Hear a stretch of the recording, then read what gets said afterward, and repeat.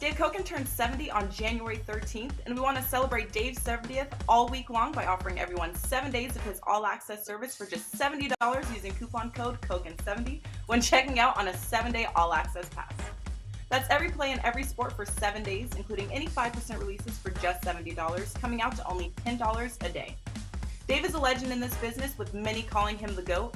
Despite betting and winning in sports since the Black Sox scandal, he could be enjoying one of the best runs of his career since joining Wager Talk.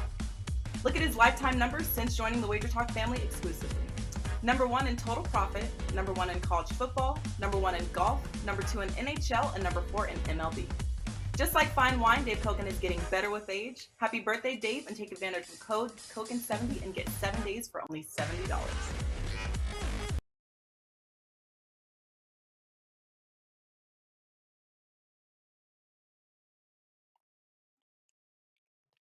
Good morning, guys. It is January 9th. We are back here on Puck Time. I am back, and I am happy to be home, guys, in my regular office setup after a wild 2 weeks is what it really was for me. But fun is over. Vacation time is over. The World Hockey is over, and you guys can expect to see me here a lot more consistently over the next several months. But I am back, and looking forward to a fun show. Just Carmine and I here to kick off the week on Puck Time here on a Monday. Of course, it is $9 Monday. Every single play you do find at the website listed for only $9. I do have to apologize to Carm, though, for kind of the last-second drop-off last week on Friday morning. And thank you to Andy as well for filling in for me. I know Andy is he's a trooper. He'll always fill in, and he does props in pretty much every single sport, including, I think, darts. So the guy is a man of many talents, and I appreciate him for joining Carm instead of me, because I was pretty much in no shape to be on the show, as you guys might have seen with a video that was posted on Puck Time. But today's games we're breaking down, we've got the Flyers, Sabres, Kraken, Montreal Canadiens, Predators, Senators, and the last game of the night here for us, the Oilers and LA Kings. Carm, all of those games happen to be the only games on the slate for tonight. So everybody watching will get our thoughts on every single game going on here tonight on a Monday. And, of course, my buy and sell segment at the end of the show. Carm, I'm happy to be back. As you can see, I have the green screen behind me. I've got my regular mic set up. It feels good on my mental. It feels good on me physically. It's just good to be home, man. How are you doing? I'm doing good. Well, welcome back. It's good to see you got your voice back. But listen, you put in so much time on a lot of the videos and a lot of the shows that every once in a while you're going to need some time off. And I'm saying that because I'm going to be taking some time off soon on a trip to Vegas, the 18th to the 23rd of this month. I may catch the Red Wings and Vegas Golden Knights game on the Wednesday night or the Thursday night. I think they play on the 19th. We'll see. Some of our Detroit staff, Johnny, I think, is in town in Vegas as well, too. So I'm looking forward to it. Anytime I can get out to Vegas is always a good thing. I might have planned the trip incorrectly, because I'm guessing if the Bills make it to the, talking some football, if the Bills make it to the AFC conference championship game against KC, it's going to be a neutral field game, and there's a lot of rumors that it could be at Allegiant Stadium in Vegas. So I'd hate to have to fly back and then fly back to Vegas, because that's a game I want to see no matter where it is. But what a weekend. NHL up and down, a couple 1-in-1 days, Saturday and Sunday. And I know this is a hockey show, but you guys were all tuned in to football yesterday. What a crazy day of football it was yesterday. Especially the Bills game, the emotions running high, kickoff right off the bat for a TD. But the Houston Texans, what in the hell were the Houston Texans doing trying to win a game and lose the first-round draft pick? Their coach gets fired afterwards, and they go for 2 points to win the game. And the poor guy in the Circus Survivor who had the Colts, 3 guys left, $6.133 million at stake. $2 million each. These guys are all chopping if the Colts win and this guy loses. Rumor has it that he had Minnesota also available that he could have taken against the Chicago Bears and didn't. Takes the Colts. they lose, the other guys chop and get $3 million each. My God, that guy's looking for the closest bridge. What a heartbreak. And then, of course, last night, I love it. Dan Campbell and the Detroit Lions, he literally said, if we're not making the playoffs, neither are Green Bay. And he gambled on every fourth down to win that game. And kudos to him, man. You love to see a coach of a team who just who cares about winning and just doesn't, in a meaningless game, just doesn't pack it in, Andrew. Well, I don't love to see it because I'm a Packers fan. So that was really frustrating for me to watch. Interceptions, fourth down, really weird play calls. Lots of stuff I wasn't happy about in that game. But you're right. And the Lions, they're moving in the right direction. And not only was that a cool play call to go for it, but to throw it, not even run it, was pretty cool in my opinion. But Carmen, talk about that Texans game really quick. I know this is a hockey show, but on Prop It Up, our show we do every Friday, I gave out a bet before the season for Davis Mills to throw the most interceptions in the NFL. Kind of a fun prop, right? Cheer on somebody to just not have a good season pretty much. Dak Prescott played 5 less games than him, and he tied him for interceptions this year. I mean, what's going on here? The guy signed like a $40 million contract, or it's just absolutely ridiculous. I'm watching the game. I'm watching the Dallas game. I need anything but a Dak pick. I'm like, I don't care what happens in this game. Just don't throw an interception. I need Davis Mills to be the worst.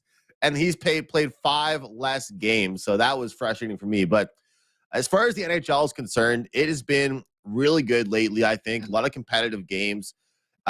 It seems to me a lot of teams are getting healthier, including the Avalanche and some key teams. And, we've talked about it before, and we'll talk about it more. But I just like doing these shows when it's the two of us to try and break down some of these teams that might be, going on the upward angle or the downward trajectory. And I think I might surprise some people with some of the teams I have listed for my buy and sell segment this week. But, hey, we're here in January 9th. It's one of those times a year where we're really going to try and find some teams that are, sellers, buyers, pretenders, contenders. And that's what's really fun about handicapping the NHL in January versus something like October and November. Andrew, listen, you missed the buy and sell last week. So these two teams on the buy and sell this week better hit, okay? Because you have a lot of making up to do. Kind of like my 6 and 60. I need to go on a 6 and 60 run where I have 5 and 1 and 6 and 0 days, because they win like 2 and 4, and I wasn't happy about it. The Rangers play an absolutely phenomenal game in New Jersey, and then New Jersey ties it up late and wins it in OT. I almost feel like Buster. I can't win an OT game of late to save my life. The last 5 that have gone to OT, I've lost all 5 of them, but it happens. Before we get to it, Andrew, when you're talking about Dak, there's 3 things guaranteed in life: death, taxes, and a Dak Prescott INT. So with that said, we got 4 NHL games. Let's do it. And let's start things off with the Philadelphia Flyers, Buffalo Sabres here. Sabres minus 235, Philadelphia plus 190 here. On the highway, we've got the plus 1.5 is only minus 125, minus 1.5, plus 105. Total at 6.5 in this contest. Take a look at both these teams. Look at the records really quick. We got a 20-15-2 for the Buffalo Sabres, 15-18-7 for the Philadelphia Flyers. And, last couple of times they've played, we've seen goals. I mean, these are a head-to-head matchup here. Last 10 games, we've seen 7 overs between these clubs. And I'll tell you what, guys, a lot of it hasn't really been due to a lot of skill on offense, I don't think. It's been to poor defense and poor goaltending over the years, So we'll see if the trend can continue tonight. But as far as the defensive capability of both these teams, it's hard to really argue that's going to get any better. I mean, Buffalo, past 2 games, they give up 11 goals. Philadelphia gives up an easy 6-piece in their last game, despite looking a little bit better defensively in a few games before that. But those were against Arizona and Anaheim. These are 2 teams that you cannot count on to be good defensive teams. Now, as far as the price is concerned, as far as the number that we're seeing here, do you want Buffalo minus 235? Sure, they're better than Philadelphia. No doubt about it. Philadelphia is off a big loss right now against Toronto. Coaching staff didn't sound happy. Meanwhile, if you're the Buffalo Sabres, you're actually feeling pretty good about yourself right now, putting up goals in bunches, winning some close games. I might throw you off here a little bit, Carm, but I actually am going to go with the +1.5 for the Philadelphia Flyers. I don't usually play the +1.5 puck line because I hate empty netters, but I feel like we're going to see a low-scoring battle here that might throw some people off. Kind of a contrarian play today to start things off for me with Philadelphia on the puck line at the +1.5. What do you think here, Carm?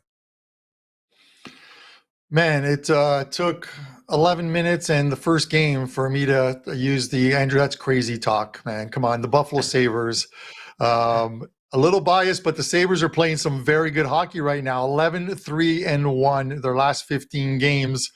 I think they've won 8 of their last 9 games, with the only loss coming in a back-to-back in the second of a back-to-back against the Ottawa Senators. Listen, they beat a good Minnesota team.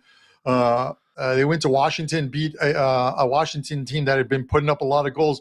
They're playing some good hockey. They beat the Bruins. This is a team that is playing some very good hockey right now. Wins against Vegas, wins against Colorado, the LA Kings.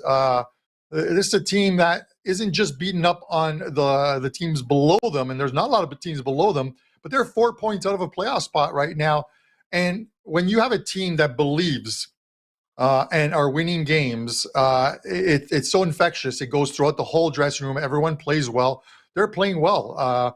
You've got the Flyers backup goalie in net tonight. It looks like it's going to be Urson in goal. They're on the second of a back-to-back after losing to the Leafs last night 6-2, a game in which they looked horrible. You've got to take the Sabres here. You don't want to lay that, but I could see the Sabres winning by 2 or more goals here. You can take the Sabres in regulation time. I'm going to give you a prop, which has been hitting. I gave it out to clients early in the season, and this is a good price on it. Rasmus Dahlin, over 2.5 shots on goal, -140.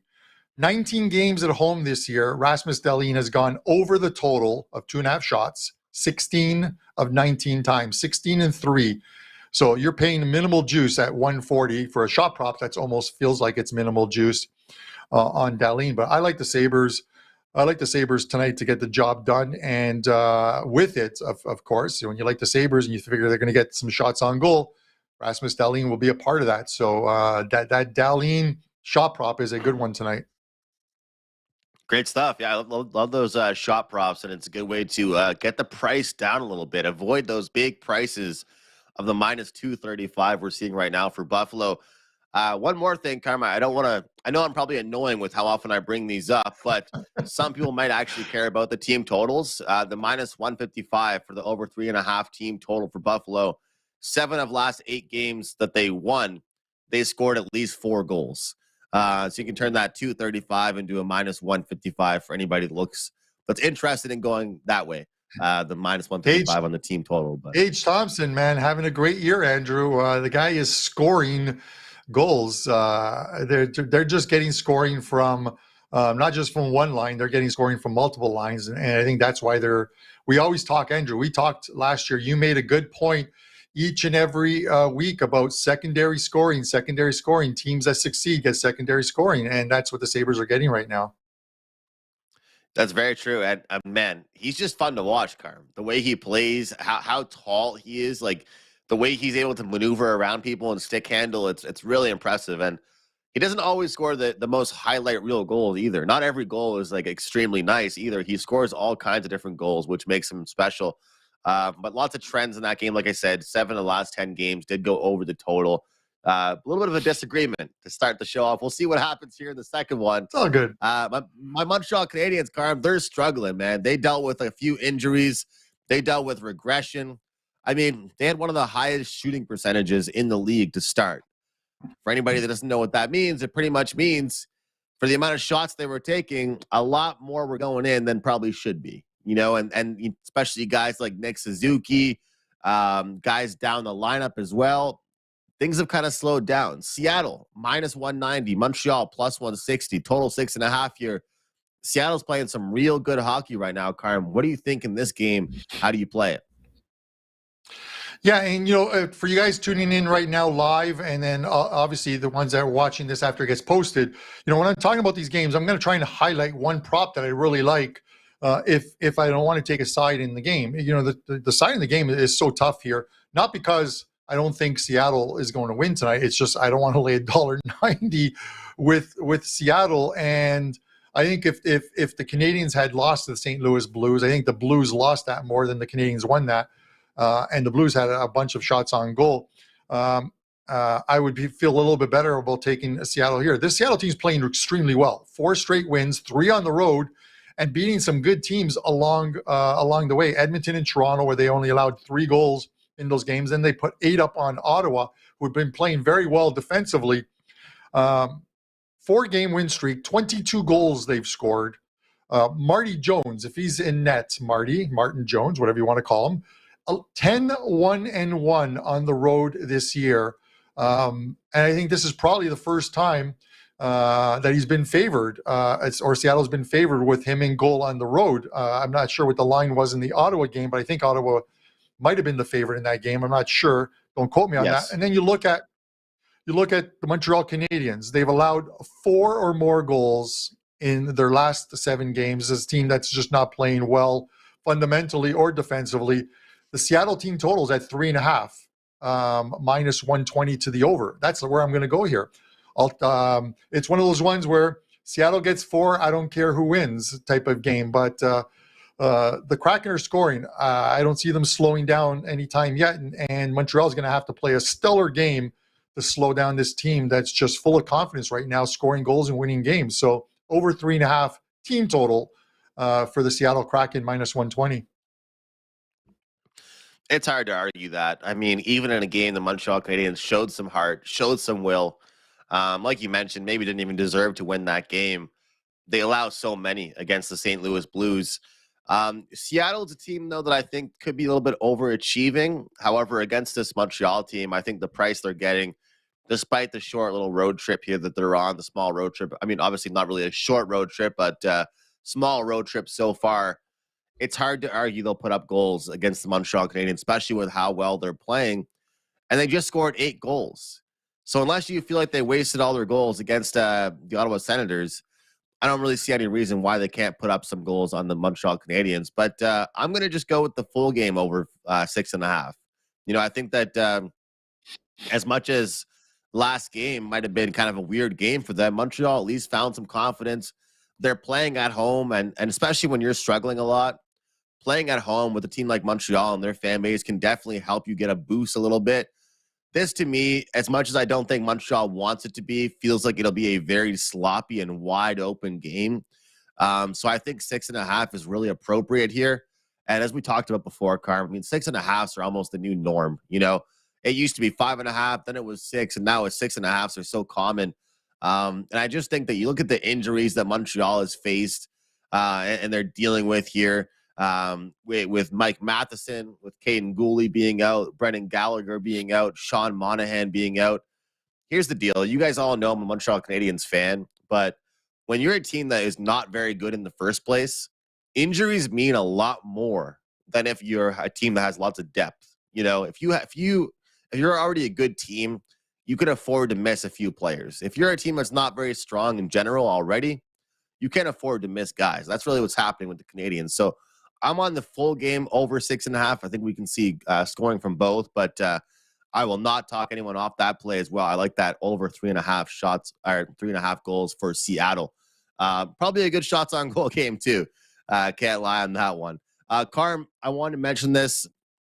This is the last day for that promo I talked about last week on the show when I was on, as far as the New Year special. So if somebody buys a 30-day pass, they get 7 days for free. If someone buys a 90-day pass, they get 22 days for free. And if you buy a 1-year pass, we'll throw on 84 days, which take you all the way into March Madness of 2024. So if anybody right now that watches this has ever been interested in a long-term package, this is the time to do it. We always talk about 3 days, 7 days, 1 month, daily picks. And correct me if I'm wrong, guys, but Carmen and I don't really do too much salesy stuff on this show. But if you are interested in our packages, in our plays, the 30-day, 90-day, and 1-year passes, I think, are great long-term investments. And again, if you buy the 1 month, you get a free 7 days, 90 days, 22 days, and full year, you get 84 days for free. So great stuff there, Carm. That works for both of us. Wanted to make sure I mentioned that. And both of us do all kinds of sports besides just hockey. So let's get into our third game here. Nashville plus 100, Ottawa minus 120. Total at 6 in this one. And these are actually two teams that, if you look at a lot of NHL websites and bloggers and writers, Carm, they would have them circled as underachieving. Would you agree with that for both the Predators and the Ottawa Senators? Yeah, it's listen, I think we expected more from the Ottawa Senators at the beginning of the year. They didn't have the greatest start. Started to play a little bit better, and they were playing well defensively prior to that game against the Seattle Kraken. They were defensively, they were playing well, which started to translate into getting some wins for this team. And then Nashville. I'm going to throw a question at you, Andrew, before we actually break this game down. But I think Nashville plays well defensively, but they just don't score goals. If you could have for your team one of two scenarios: a team that allows 3 or fewer goals every game, or a team that scores 4 or more goals every game, which would you take? Let me throw that question at you. In this day in the NHL, I think I want the team that can score. All right. I would take the team that allows 3 or fewer goals every game, and then you hope to get the scoring. But I know I get what you're saying. It's just, if you can't keep the puck out of your net, it's not a good thing. Hence the Edmonton Oilers, for the last 5, 6, 7 years or whatever. It's just amazing. But I get it. It's a double-edged sword. It's such an interesting question. And I heard that. I posed it to you because I heard that on the weekend. One of my favorite hockey shows I was listening to on the radio, and they're discussing it. Would you rather have a team that allows 3 or fewer goals, or that same team that scores 4 or more goals? And it's such an interesting question, but because you figure, well, if you score 4 or more goals, you're going to win a lot of games. But this is the new age of the NHL. And you're seeing almost a normal goals against average seems to be hovering at that 3 goals per game mark right now. So I just wanted to throw that in. Now, as far as the breakdown on this game, I look at it this way, Andrew. I wanted to pose that question to you. Is I'm leaning under in this game, and one of the reasons for this is, again, I'm going to draw a line through that Ottawa game against Seattle, in which they allowed 8 goals. And I'm looking at more from the Nashville's point of view. And, if this is Talbot and Saros in goal, Nashville, my show best bet on Friday's show was Washington team total under 3.5 goals against Nashville. Nashville won that game 3-2. Nashville has now kept teams under 3 or fewer goals in 18 of the last 21 games. And this is why they're winning games even when they're not scoring, because they have a low goals per game output themselves offensively. So this is another one where draw a line through that game that Ottawa played. I think they go back to playing some good defensive hockey. You got a Nashville team that has played well of late and are playing well defensively. And I think this stays under the total of 6. Well, especially when you got Ottawa coming off that beatdown. I mean, you'd expect a big defensive performance. I like that play. And I like that question you threw at me because, I guess for each team, I would probably give a different answer to that, if that makes sense, Carm. Like, if you asked me that about the Carolina Hurricanes, I would say, yeah, for sure.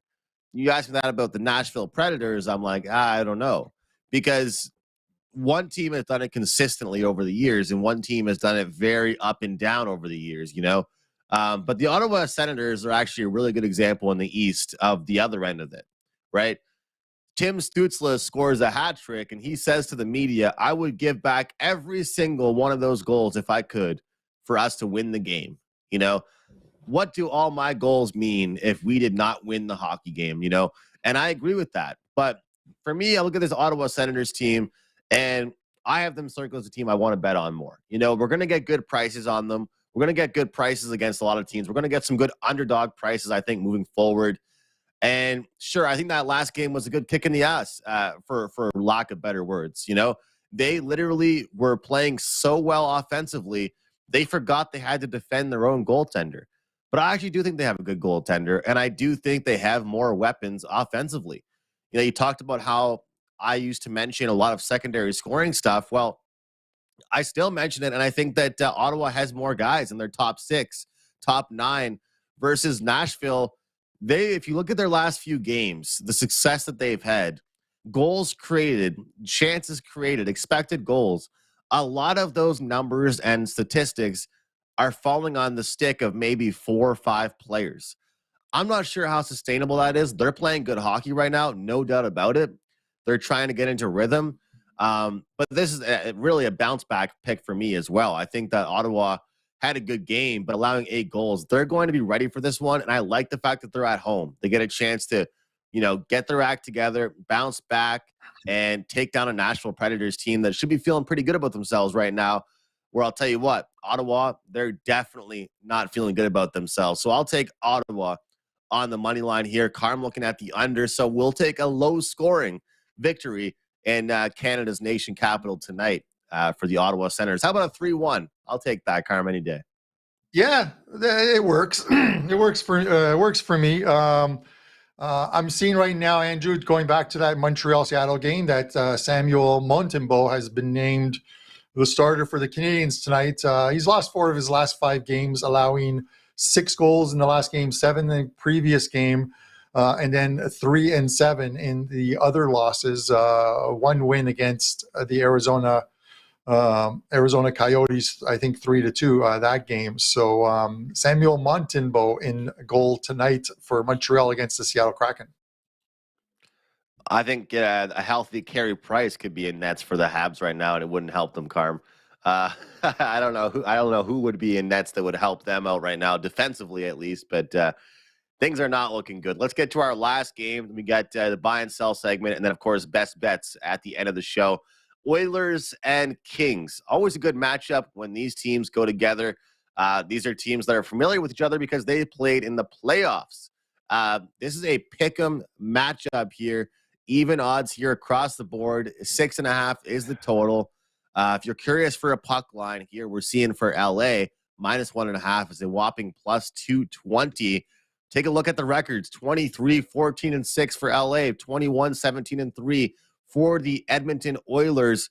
Both teams averaging nearly 3.4, 3.5 goals per game. And really, this LA team has been impressive, Carm, I think. You know, I've been impressed with the way they've played. You know, they've been right now a team that hasn't gone on that big streak yet. And we talk about how streaky the NHL really is. They're more of right now win 1, lose 1, win 2, lose 2. But I like the way they play. I like how a lot of their games are extremely close. And I wouldn't say that LA is that same defensive team they used to be. But this comparison that you just asked me, that question about a defensive team versus a scoring team, as you mentioned, the Oilers certainly fall in the category of the team that they can score 4 or 5 goals and still lose a game. And they've done that a lot. They're not strangers to doing that. That's for sure. But this Edmonton team right now, they're not even scoring as much as they used to. You know, they only scored 2 against Colorado. They scored 2 against Seattle, 1 against Winnipeg, 2 against Calgary, 2 against Vancouver. So it makes you kind of scratch your head. So what I'm going to do here is kind of throw you off potentially and give out the under 6.5 Oilers Kings. I think we might see a low scoring nightcap here tonight in the NHL. LA battles, man. They're forwards. They back check. They have great zone pressure. And this might not be the goal fest that some might think. What do you think here, Carm?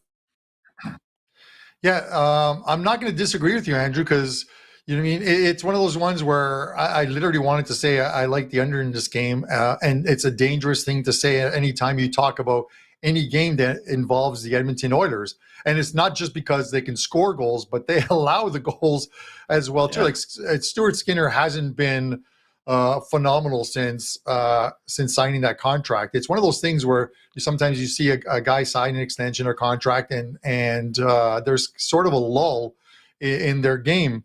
Uh, you know, 7-3 to the over their last 10 games for the Edmonton Oilers. I just don't want to pick a side in this game because I just don't know which. I have a feeling if I zig, the game will zag as far as sides here. One of the reasons why I like the under is, like, you talk about goaltending bargains. Phoenix Copley, the guy is 10-2 this year, 5-1 on the road, 5-1 at home. At home, he's got a 2.52 goals against average and 904 save percentage. This guy is getting paid $825,000 this year. That's his contract. So, and Andrew, he's the only player in the NHL that was born in the North Pole. Did you know that? That is a fun fact, Carm. I did not know that. He's playing very well, man. He's looking very good out there. Born in North Pole, Alaska. North Pole, Alaska is where Phoenix Copley has. But I'll tell you one, and because I told you guys, if I don't like a game, I don't want to just pass on the game. I'm going to give you a prop. Now, this one is a juice tolerance prop. One that unless I can get a better price on it at some book, I'm not going to take it. But Kevin Fiala, over 2.5 shots on goal. At home, he has gone over the total 16 of 21 games at home. Remarkably, he's gone over the 2.5 total, 15 of his last 16 home games. And you remember the Kings had that slow start at the beginning of the year, but 15 of the last 16 games at home, Fiala has gone over 2.5 shots on goal. Problem is, Andrew, the juice is at like 160 to 170 at different books. It is literally one of those ones that's priced me out, but I might be tempted. It won't be a client play, but I might be tempted to put some pizza money on it just for the sake of the guy is on such an insane run. Kind of like Jack Hughes. Go and look at Jack Hughes, guys, and the amount of shots that Jack Hughes is getting for the New Jersey Devils. He had 10 last game, 9 the game before that. He consistently goes over his total. And Andrew, you put me onto that one. You know, sometimes you find these players and you don't want to go away from them when you see the price. I mean, I talked about Martin Nikas for the Hurricanes. I mean, this is a guy that went on a massive streak. I went on Wager Talk today, probably a month ago, and I talked about him, and it was minus 170, Carm. And I said to people, look, I know you might not want to lay minus 170 with a prop, but guess what, Carm? I stopped betting it personally, and all kinds of people tag me on Twitter and say, he did it again. First period, he cashed. Second period, he cashed. They don't care about the juice because he keeps hitting it. So it's frustrating for me because I've almost stopped betting it because I didn't like the number we're getting as far as the price is concerned. Some of these guys, it's a consistency thing. And even Jack Hughes, you're getting 3.5, but minus 140. That's reasonable when the guy's putting up 8 or 9 shots. How about McInnis with 10 shots? You know, ever since he's gotten back, he's almost felt a responsibility to jump back in and you know, help this team out. I wanted to ask you, Carm, before I get into the buy and sell segment. I am throwing you on the spot with this one, but it's just us here on the show. What do you think about any futures right now on the Colorado Avalanche? This is a team that struggle with injuries. It happens all the time, it seems like, the teams the year after they win the Stanley Cup. We know when they're healthy, they're still a really good team. They lost Nazem Kadri, but they picked up some guys. To me, even just to win their division, it seems like something that's hard to pass up. Take a look at the future odds right now. 6-1 is them to win the entire thing. But to win their division, scrolling down the list here, taking a look at the Colorado Avalanche, I'm seeing them at really good odds right now. Like they're like the second or third favorite to win, you know? And to me, I think this Avalanche team, once they're healthy, they're going to take some big steps. And, you know, they're plus 450 to win the Central. I mean, they could go on a big run. Yeah, it's crazy. I'm seeing plus 425 to win their division. I'd rather take them to win the Stanley Cup. They're plus 750 right now. 2 years ago, I talked about when we were talking about futures, is sometimes a team that you know is going to pick it up, a team that has proven to be a very good team. And that was Tampa Bay. They had just come off a Stanley Cup winning season. The following year, you know, you sort of go through that thing through the year. Like, I don't know whether it's motivation or what it was, but we knew they were going to make the playoffs. And once they make the playoffs, Tampa Bay is a completely different beast. And they were plus 900. And I'm like, guys, take Tampa Bay plus 900. I released it as a play, plus 900. And Tampa Bay makes the playoffs, of course, and go on to win their second cup. Listen, Colorado Avalanche are making the playoffs. They're going to get healthy. If they need to make a move or two, they'll make a move or two because they have all the talent there. Plus 750 for a team that was, plus 450 to start the year. You're getting a much better price now just because of where they are. But they're where they are right now because of the fact that they're going through injuries. McInnis out, Landeskog out. Once these guys are back in the lineup and they're playing, they're going to pick it up. They know they're going to make the playoffs. At this point, they proved last year they can win on the road in the playoffs. Do you really care if they have? Do they care if they have home ice in the playoffs? No, they don't, because they'll just go and win on the road. It's just what it is. And plus 750 feels like a gift right now. Yeah, it certainly isn't the big chalky favorite anymore. It's a good number for a really solid team. So I just want to get your thoughts on that, especially with how many injuries that they've dealt with. But let's jump into the buy and sell segment here. All right, over to the Oilers. We're going to start with my buy team here, guys. We're going to go with the Oilers for my buy team for this week. Every week, taking a look at a team I want to bet on and a team I want to bet against. The Oilers are my team to bet on because you take a look at really what they've done this season. Carmen and I talk about on the show. Of course, their defense hasn't been great, but their scoring and productivity has been excellent. I mean, they have been able to find the back of the net. They have two of the best players in the entire league, and their schedule, actually, if you look at it, has been one of the toughest to start off the season. They've got games against the Sharks coming up. They've got games against the Ducks coming up, games mixed in against the Blackhawks, the Blue Jackets.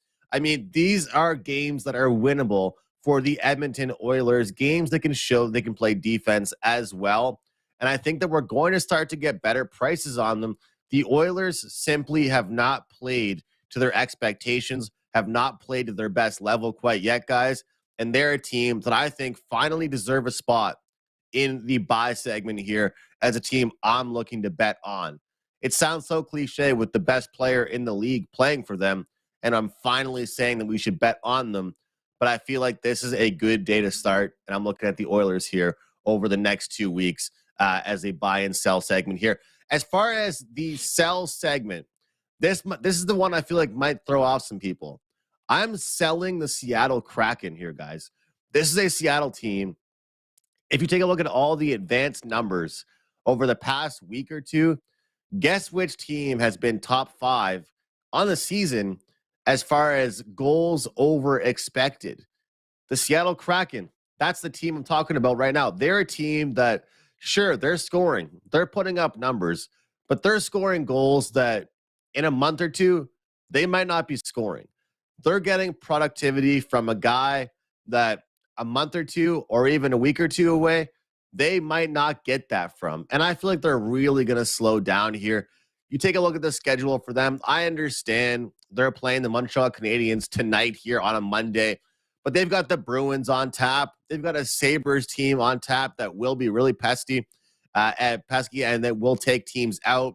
They're taking on teams like the Oilers I talked about, the Avalanche, the Devils in the near future. This is a Seattle team that's on a big run right now, and I'm expecting them to fall hard back to reality, and we're going to make some money betting against this team, guys. So my sell team, the Seattle Kraken. I'll throw it back over to Carmine for any thoughts on those and his best bet for today's show.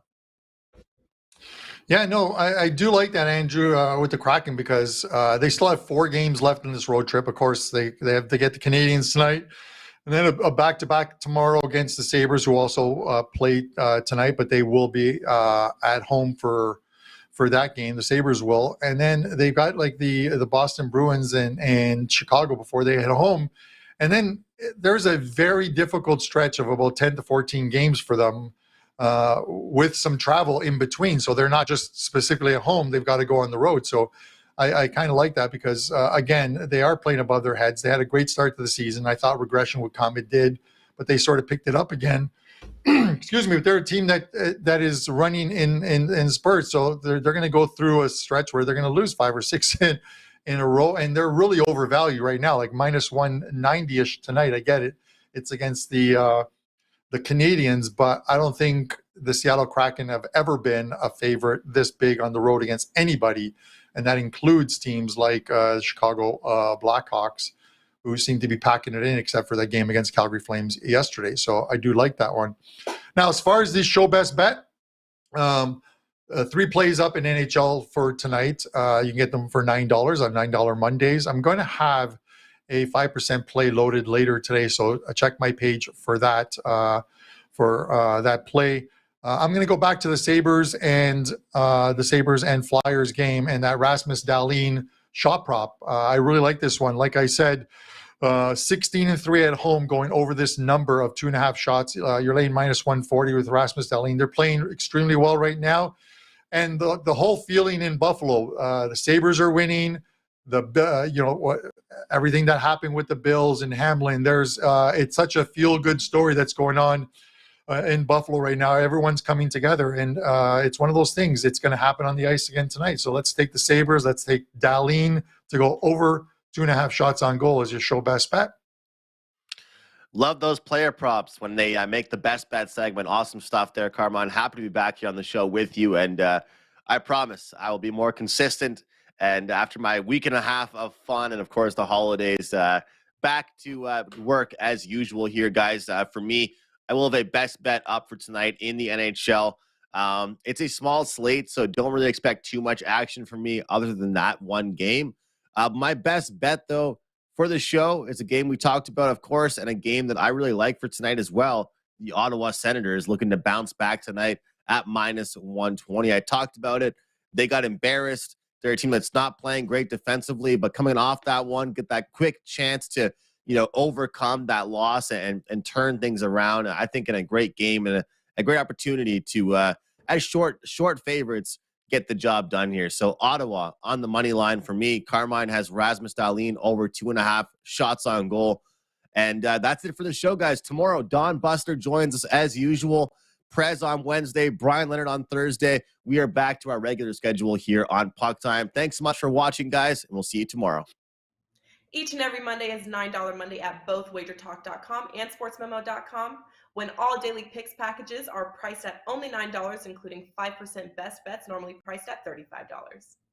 As an added bonus, any picks packages loaded early for Overnight Tuesday or action during the week will also be priced at $9 until midnight on Monday. So make sure to take advantage of getting these $25 and $35 picks for only $9 before the clock strikes 12 and they return to regular price.